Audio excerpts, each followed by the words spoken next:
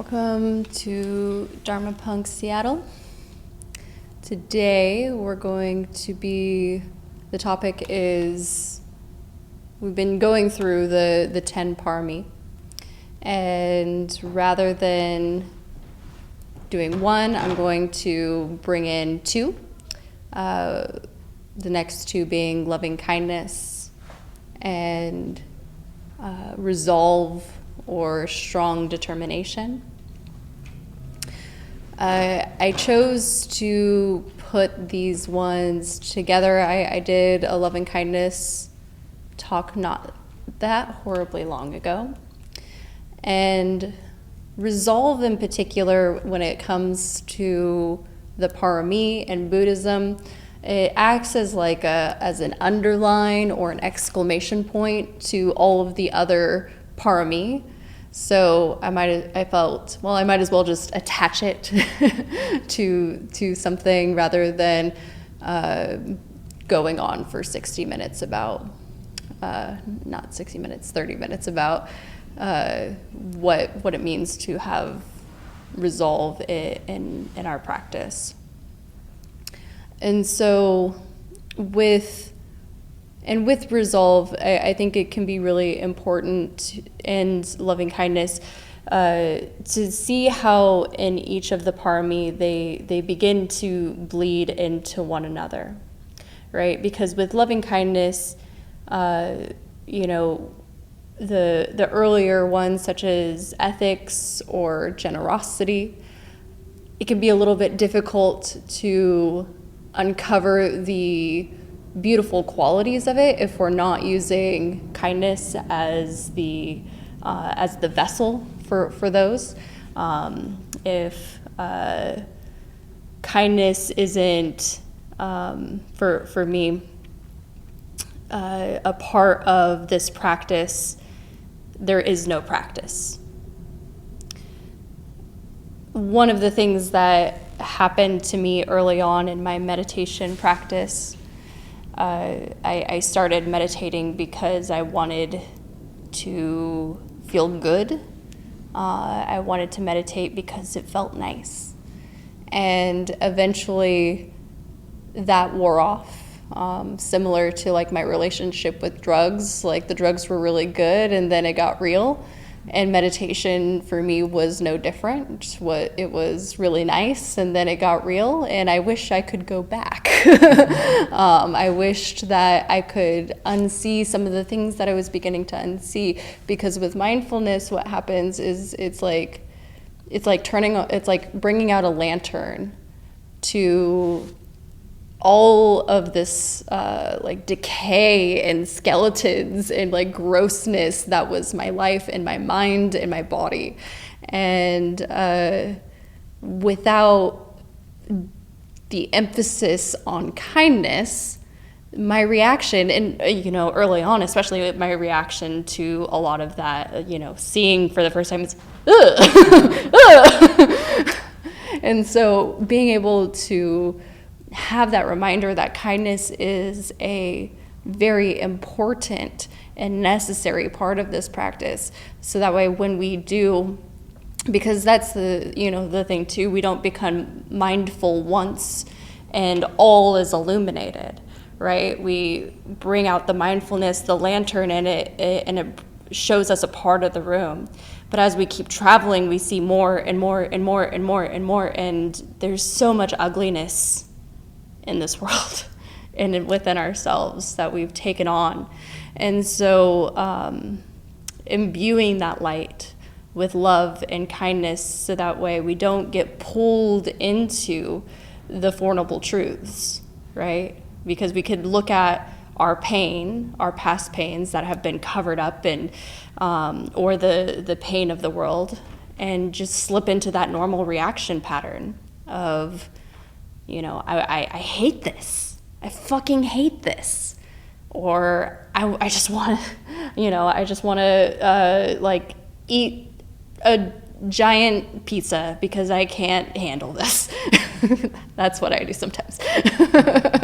So this kindness and this loving kindness, providing an alternative.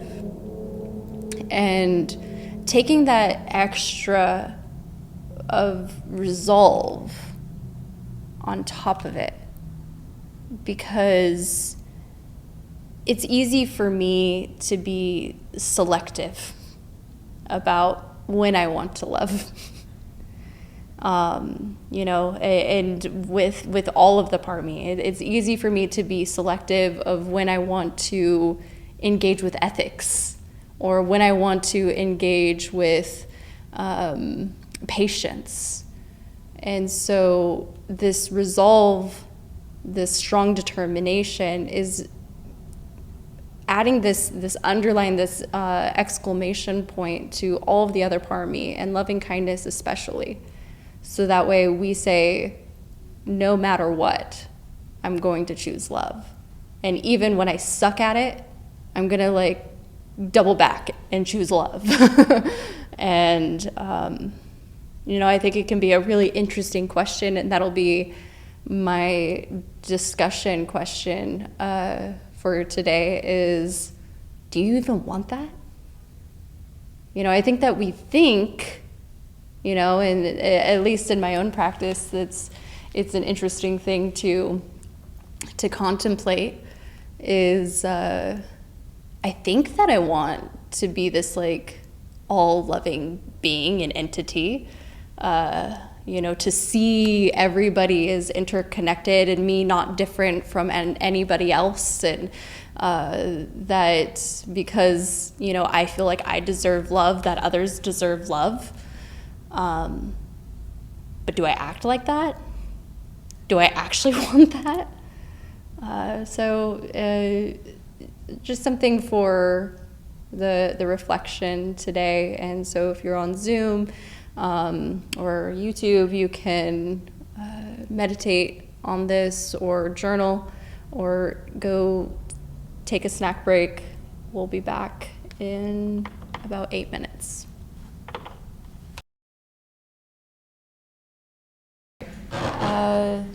Well, let's meditate on it, huh?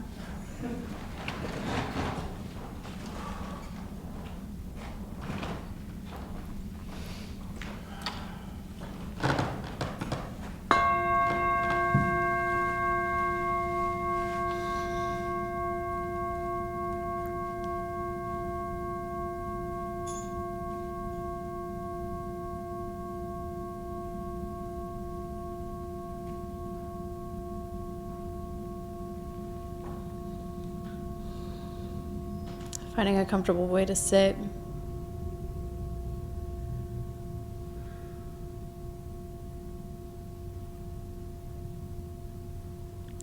Adjusting your posture so it's upright with intention.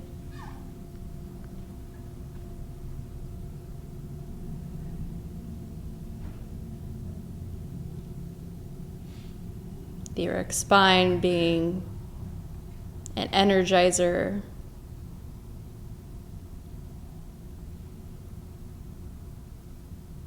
and a flag to our intention.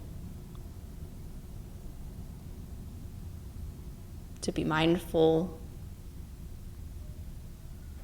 to be free from suffering.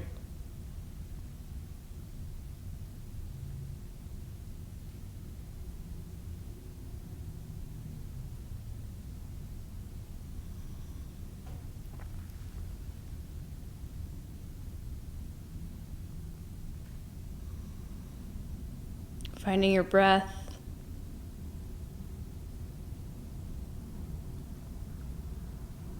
Wherever it comes and goes most easily. Base of the nostrils, rising and falling of the chest or abdomen.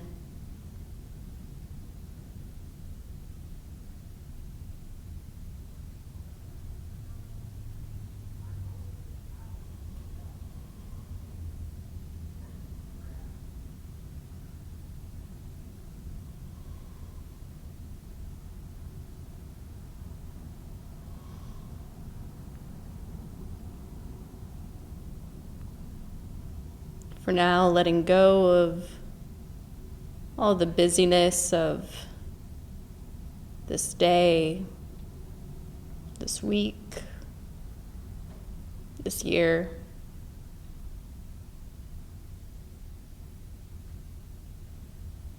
Letting yourself off the hook from having to plan, remember.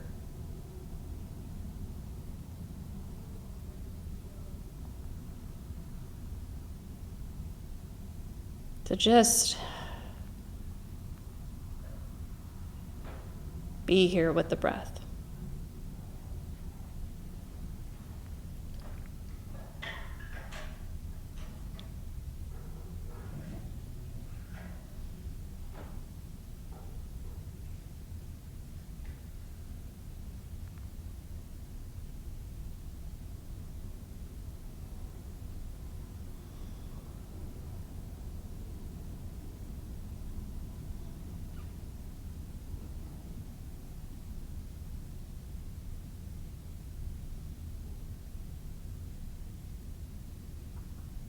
In the stress that is going to work, commuting, navigating relationships, navigating our minds. We have this space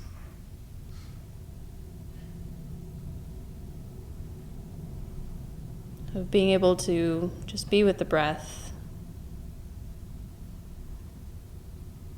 ignoring the mind, no matter how much it wants to hook you.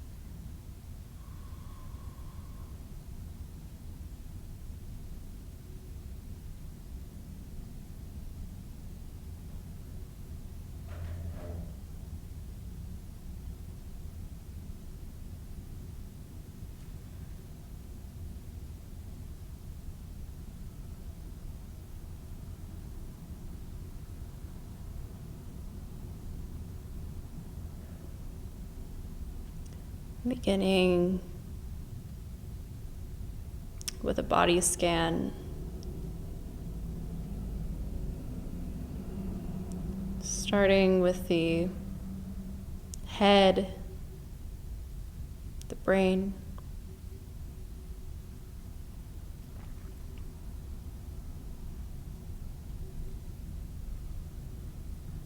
and despite all of the chaos and nonsense it holds, sending some love and kindness to this sort of miraculous organ.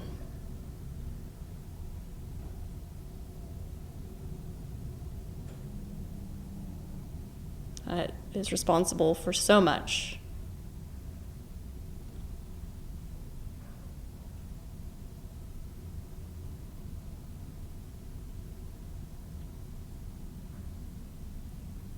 Sending a warmth, loving, thank you.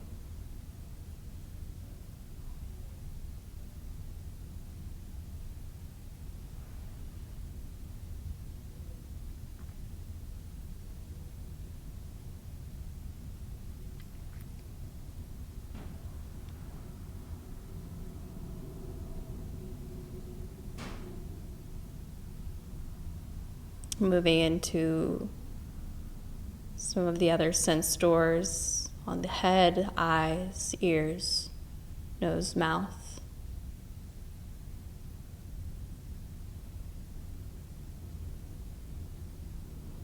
Responsible for so much of the things we enjoy, for communication,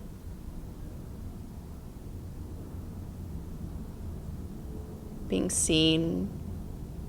Often when we feel seen, we feel that in other people's faces.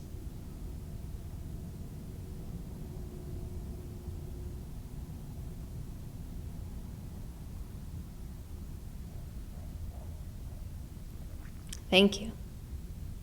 I appreciate you.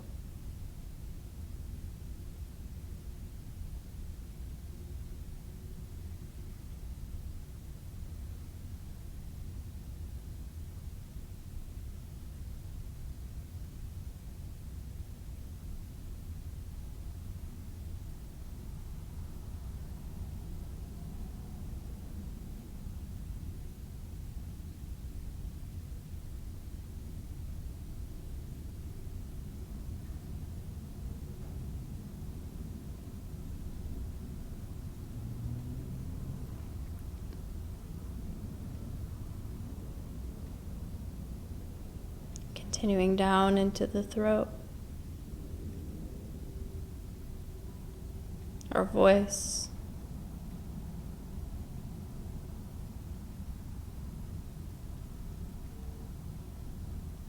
sometimes stifled, but there. The amount of times it's protected us.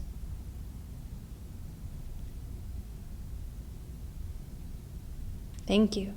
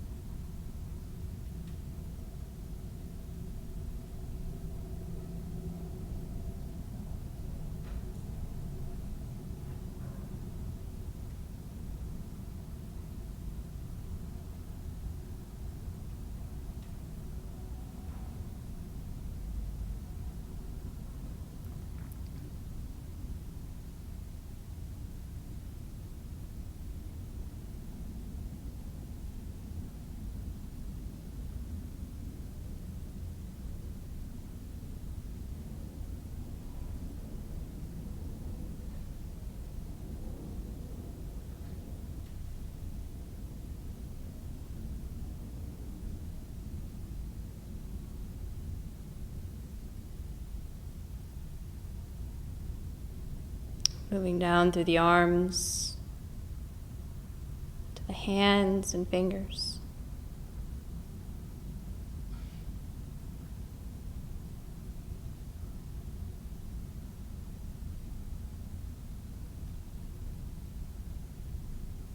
Responsible for so many different activities throughout our day. We don't even think. They just move, grab, do what we need them to.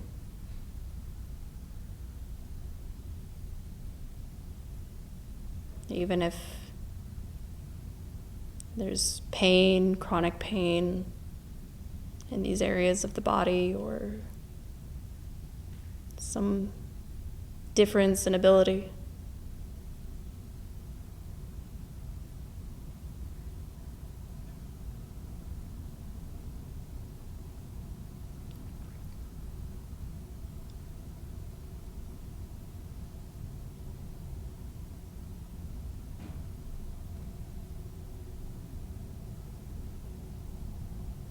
Thank you.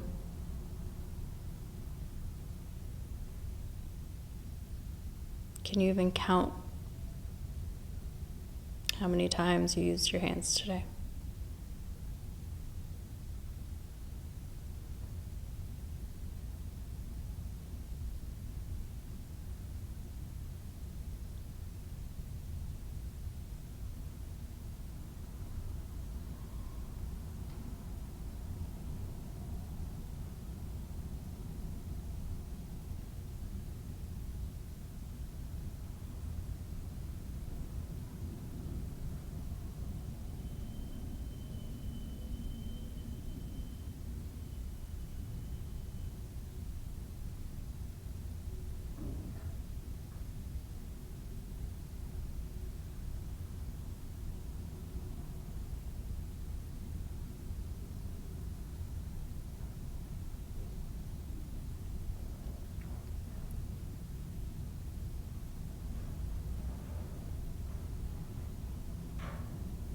Dropping down into our legs and our feet.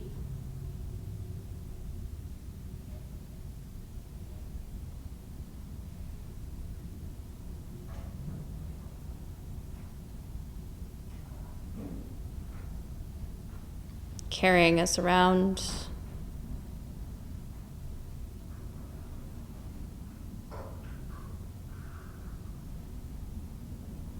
Taking us where we need to go. Thank you.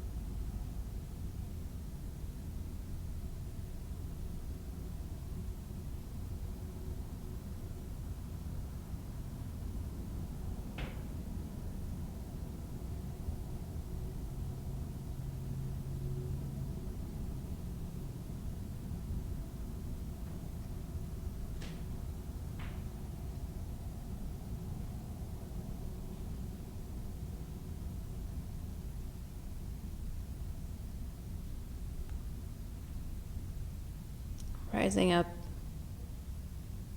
that warmth, kindness up to the heart.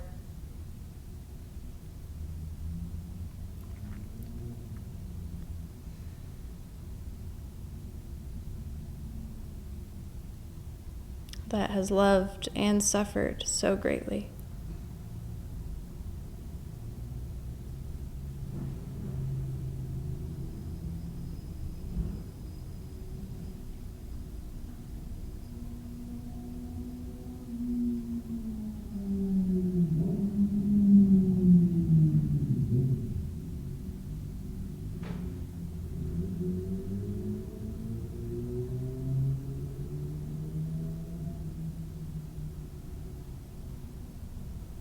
Holding this duality with care. Thank you.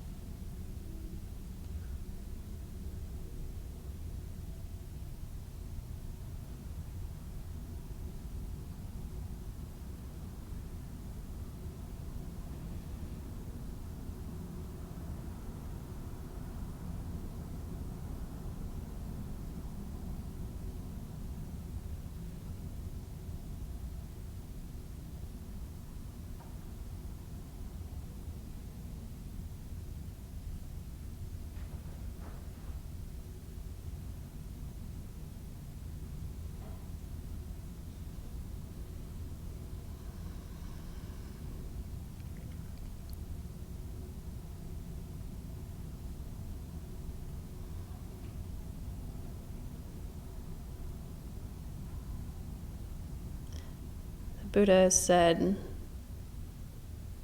you could search the whole world over and never find anybody more worthy of your love than yourself.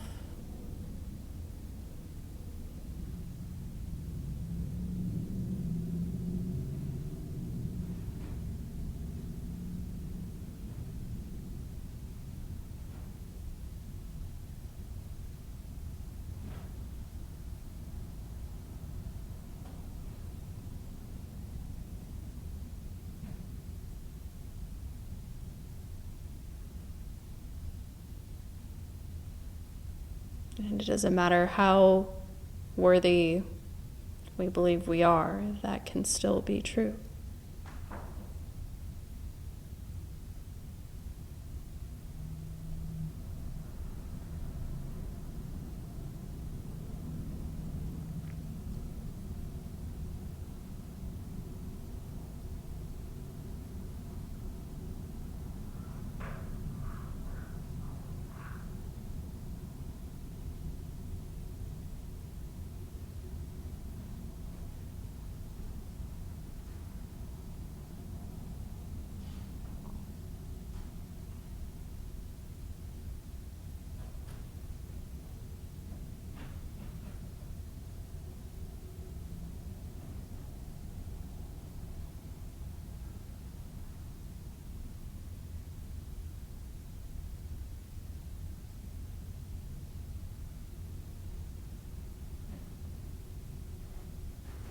As you spread the loving kindness throughout the entire body,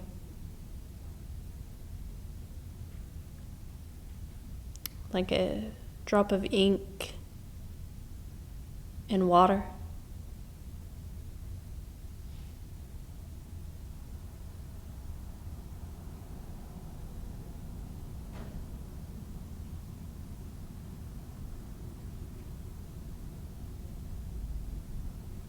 You can add the phrases, I love you.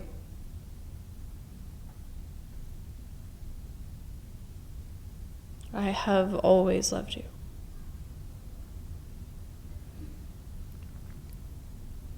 I will always love you.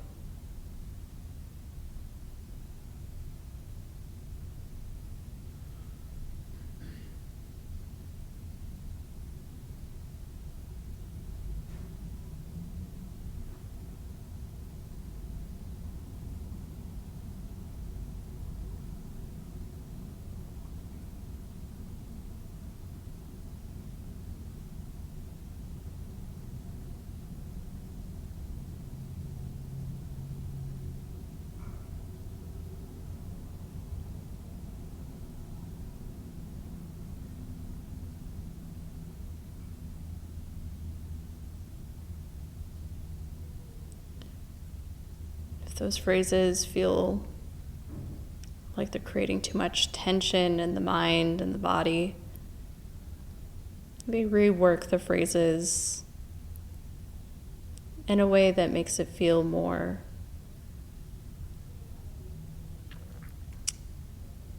true. I will try. I aspire.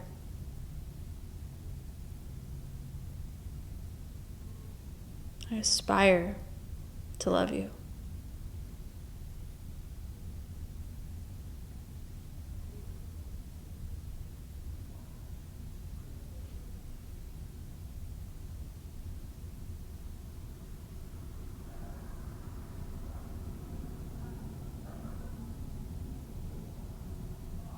I aspire to love you always.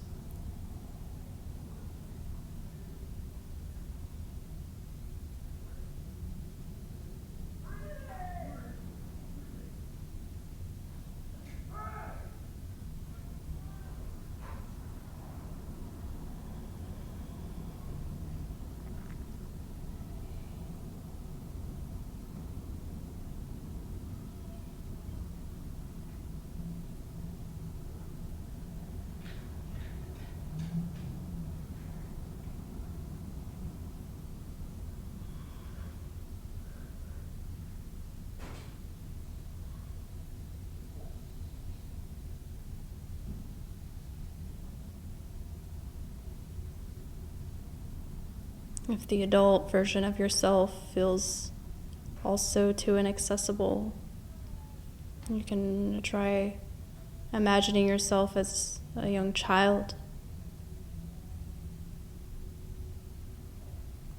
and gifting them these phrases. I love you.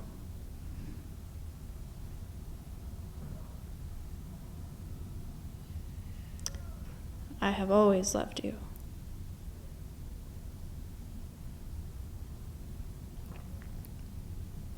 I will always love you.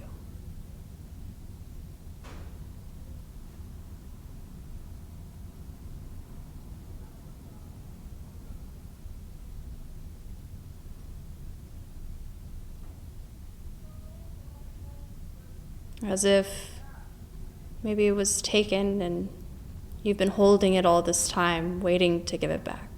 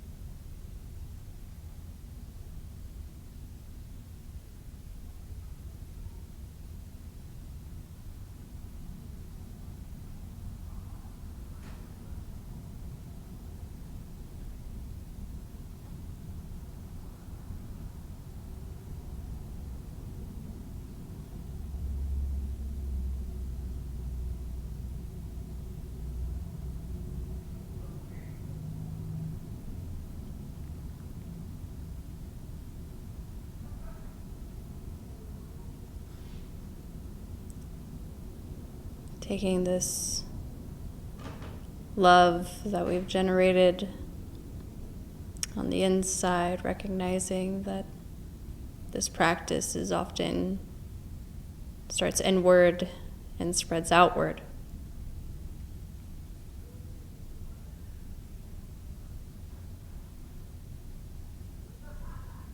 Rather than shooting metta rays at specific people, you can imagine inviting people in to this bubble that you've created. And just like you who want to be loved, so do your family, friends, acquaintances, and enemies.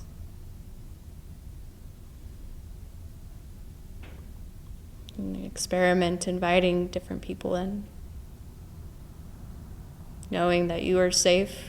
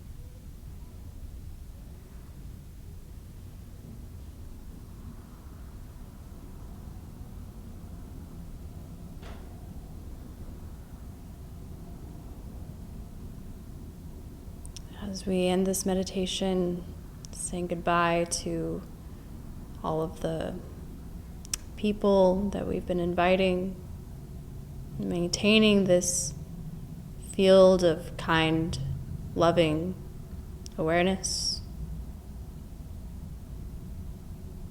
Not forgetting this is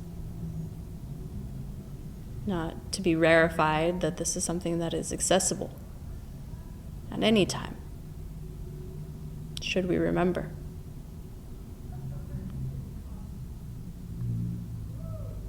And so as the bell rings, trying to maintain this sense.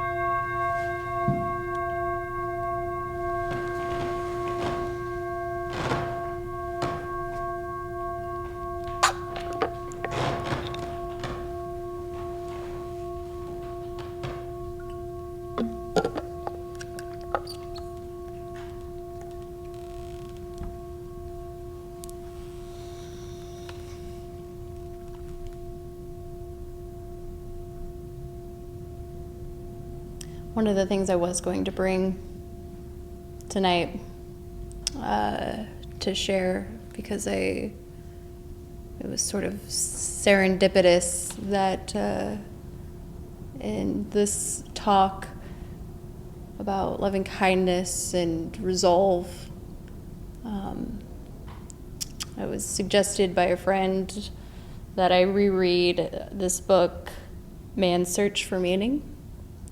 It's your therapist's favorite book, probably. And I read it a while ago, probably around the time I was like first in therapy, and that was like one of the books that you have to read. And I don't know if any of you are familiar with this book, but it's not that thick. It's pretty succinct, to the point.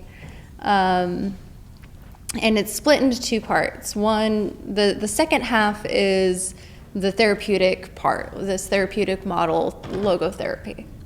And the first part is this guy, Viktor Frankl's story. And he survived Auschwitz, and so all of his therapeutic modality is based off of his experience there. And I remember when I first read it, I think I skipped the first section because I just was like, I don't want to read like this like awful horror story.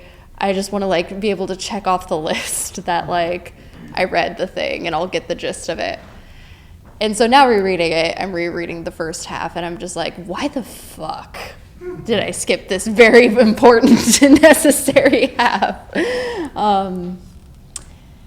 And it's so powerful. And he talks about in that beginning, in this story where he, he's been there now for a few years in concentration camps. And he doesn't say this because he's not a Buddhist, but he talks about the thing that kept him going was essentially loving kindness. And I'm not really trying to make a large, connection here. He talks about he would recollect the love of his wife. And, and talks about at a certain point, it wasn't even like about her necessarily, like that would eventually just drop away. But that sense, that love is what probably kept him able to keep going and survive and not succumb to some of the difficult mental aspects of the, awful fucking situation that he was in. And I found that so fucking profound and so moving that, across culture, across, language, that in different spaces, this idea of loving kindness gets to the heart of what we so often feel is missing. I think that in my own life, I sort of squared that as like a relationship. Like I want love, I want a relationship, I want a person, I want my person, or persons, and you end up getting a person, and it doesn't really do that. Unfortunately, there's still like this like fucked up thing inside of me that says like something's not right. And so what do? We blame it on the person. Like, okay, how do I make this person better or different to suddenly be, that thing that's gonna fix me? And when it's probably more likely this sense of loving kindness that we can generate at any time. And that, it's nice when, you have that reflection like Viktor Frankl did, Viktor Frankl did, that he could, sort of be like, use that as a model of like, oh, I have this love with my wife, but like, it's not about that. It's about the in-between, the connection, that matters. And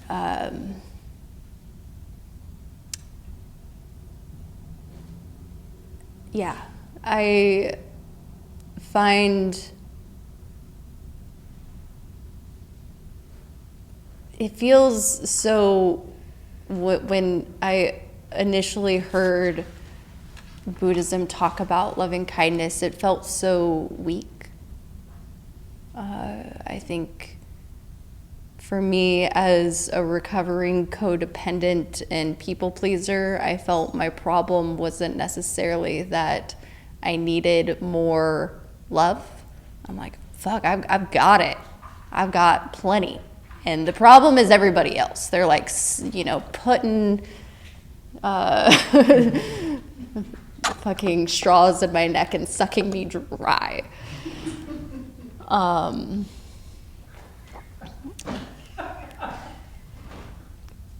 And I don't know that was love. I think that a lot of that was a self-serving sense of wanting to try to create a connection when I didn't really know how. And that's not a bad thing either. I didn't... Sorry. To make that make sense on the internet, my daughter just sighed.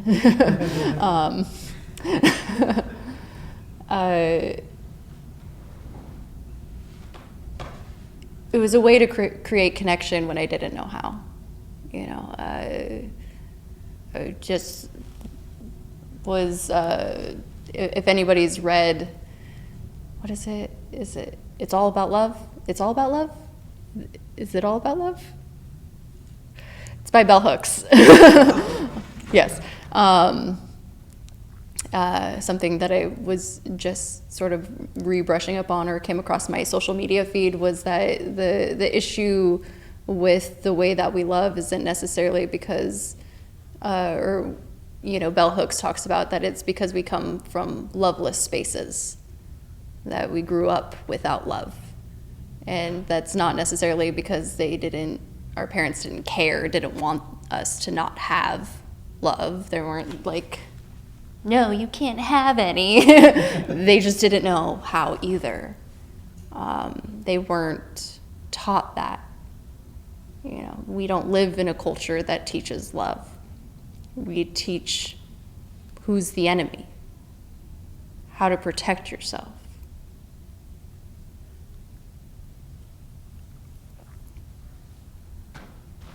And so learning to love is a skill in itself.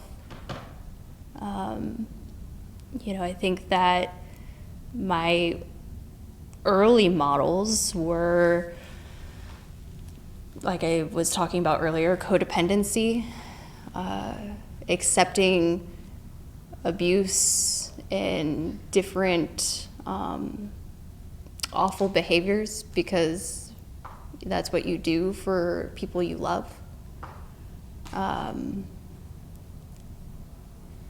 And so carrying that into my adult life and finding that was a broken model. And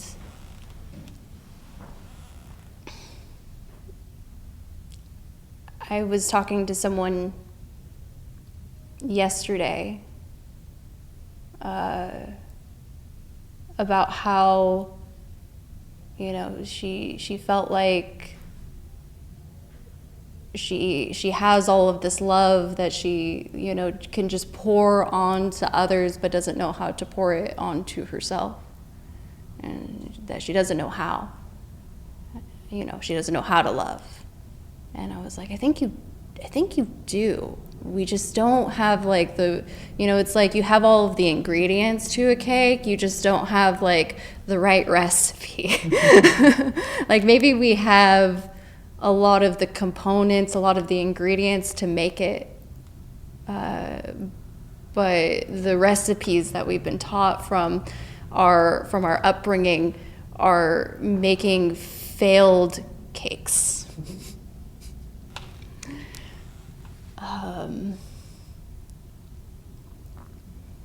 And so tying it back into it, I felt like it was this weakness that I had, was how much I loved.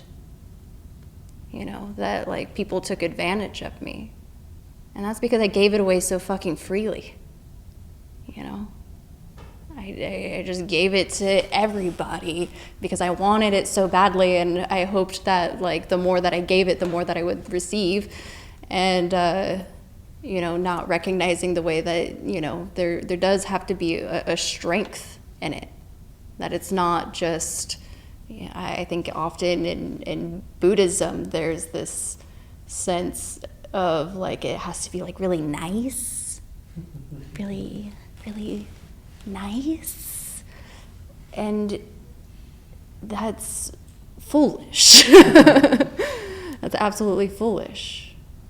We are not meant to trust everybody.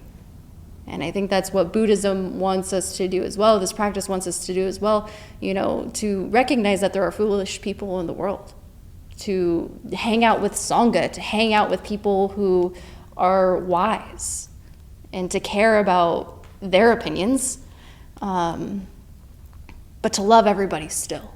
You don't have to trust everybody. That's been like my catchphrase for the past couple of years. Like, love all, trust few. I can love everybody, and wish you well, knowing that you have this same sort of probably inner brokenness that I do. But I don't gotta fucking trust you.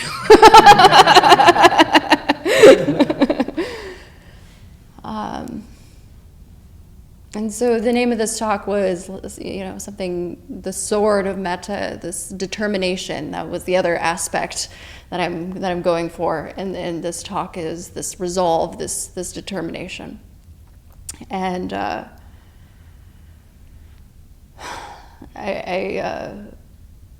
can't find it in the suttas. I really want it to be in the suttas. I've reread it on the internet. I don't know where this fucking story is from, but I like it, so I'm gonna keep telling it. On retreat a couple of years ago, I heard this story where there were a whole bunch of monks practicing in this new plot of forest, very very thicket, very intense, not very well civilized area of the forest. And the monks were getting pretty nervous. There were, different sketchy animals. They didn't really know like what was safe to eat, what was not safe to eat. In the story it talks about the devas, so like that's a part of the mythos of Buddhism is that there's devas, the equivalent to like angels, I guess, but spirits haunting the forest as well. And so their meditation, their practice was being really fucking thwarted with all of this fear that was coming up. Like, when's the fucking tiger gonna jump out? When am I gonna like die of food poisoning? When is this like spirit gonna just take my soul away? And so they go to the Buddha and they're just like, this isn't working out. we need to find a different situation here. And the Buddha goes, something to the effect of, with your fear, may you slay it with metta. May you stand firm with metta, and sort of this analogy of the sword of metta. Metta being the Pali word for loving kindness. I don't know if I've used that yet. But the sword of metta to slay the fear and the hatred and the aversion and the craving for it to be different. He gives them loving kindness. And I think initially when I heard that story, I was like, fucking hate. You gotta hate it. You gotta like hate the hate. And then, it was on retreat, so I was able to do some meditation practice around it. And it was funny, like some of the visuals that I would get was like, sitting in meditation, doing all this loving kindness meditation with like my sword of metta and being like, may you be happy. To like my dangerous, unlikable person.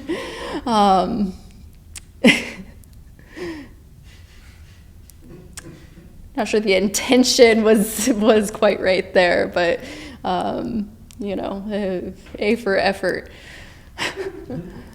But I think this story to speak to the power, the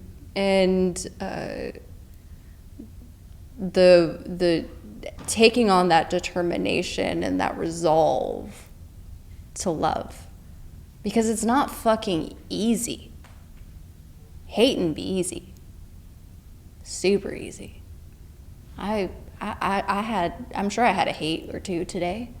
I didn't even have to try. I just had a couple. It takes a lot of fucking effort to love.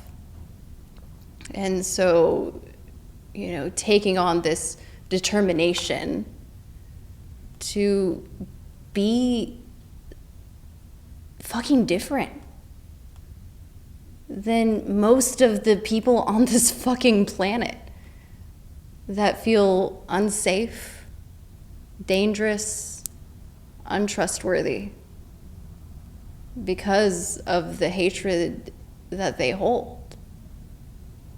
And at least for me, like that's my experience of the world, is that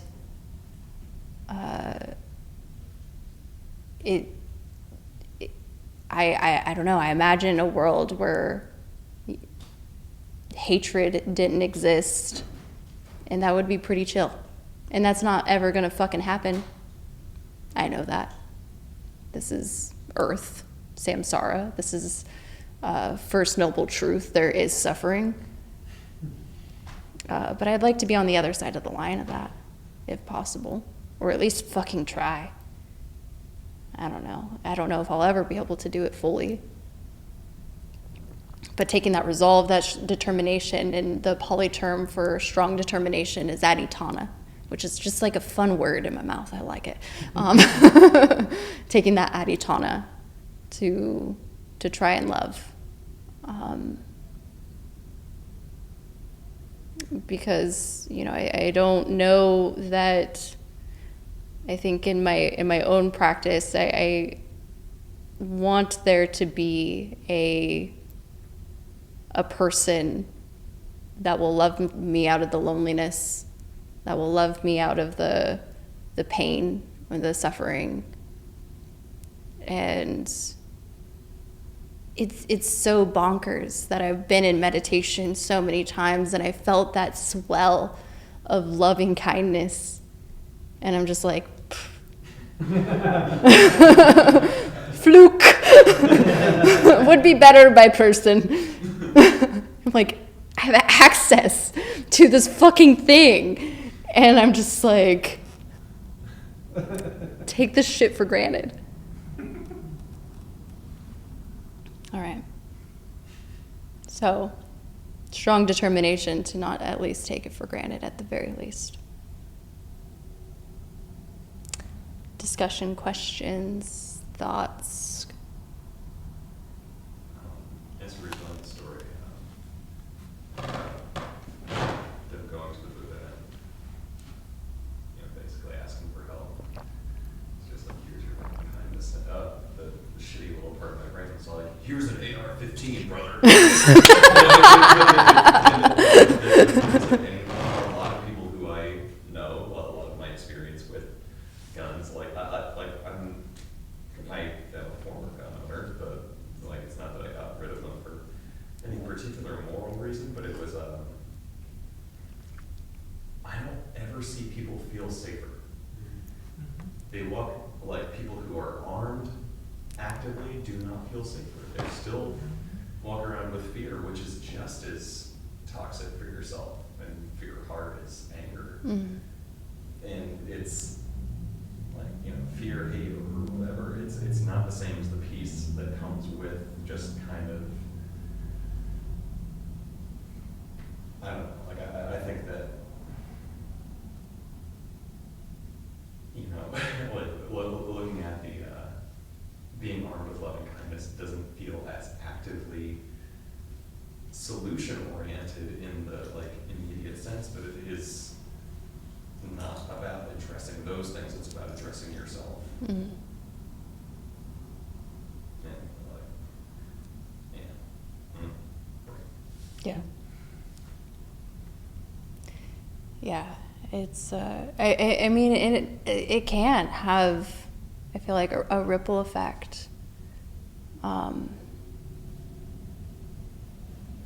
There's multiple suttas where, you know, they talk about, you know, if someone comes at you with abusive language, like how do you deal with that? And the Buddha, and I forget who some lay person, he said, if you invite somebody over for dinner and you offer them the meal and they don't accept, who is the owner of that food? And doing that same sort of thing in a loving, like, I feel like that's a very loving response. And like, how often do we just accept, like, you know, like the fucking person on the internet who made a reel and is handing out like fucking fast food hate, you know? And we're like, accept. And like, what if we were just like, I'm not gonna eat that? And what if like more people in this world were just like, not gonna eat it, that's yours. That's totally yours. You can have as much of that as you would like over there. But it like ends up being this like disease that spreads, you know, and then, you know, we're on our own reel dishing out fast food hate. This is like a very fun picture in my brain. I'm having fun with that.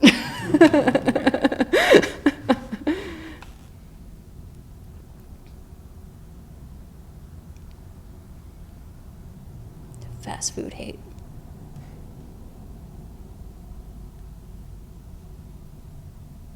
I wonder, I think that the analogy of the sword of loving kindness, like, it's hard when there's a real tiger.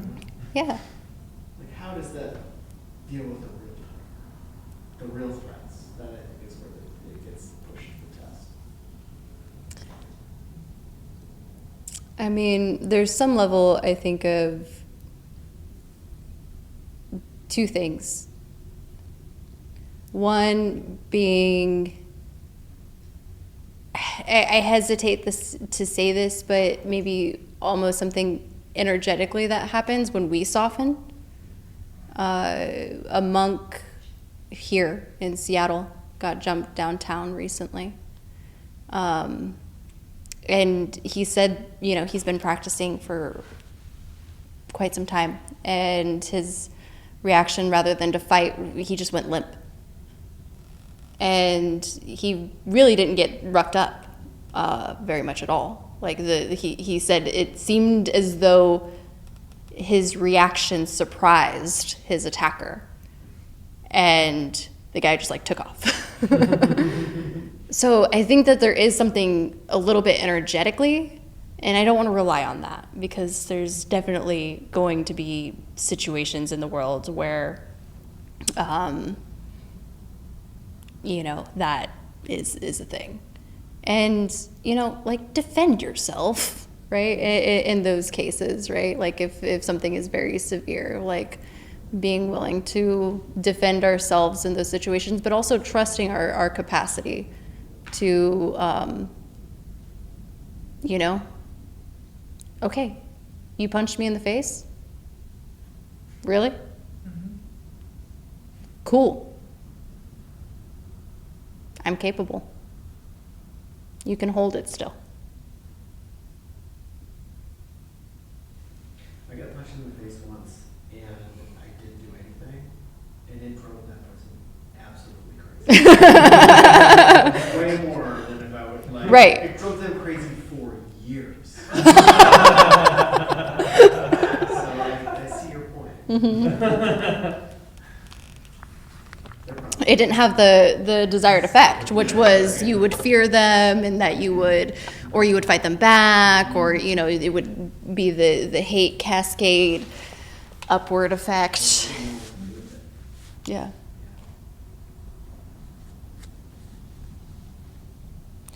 All right. Did you have something? No. Okay. We'll end it there. So Donna, if you would like to practice generosity, which is one of the parami, you may do so through throwing some cash into the bowl, or Venmo, or Cash App. This is freely offered, though, so no pressure to donate if you don't have it. If you have less, give less. If you have more, give more. Suggested donation is $5 to $10.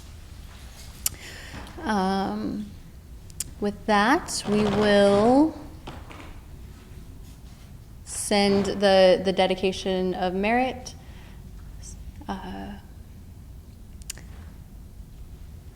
May any goodness that arose here today, that was cultivated here today, be spread above and below to the seen and the unseen, to those being born and to those who are dying.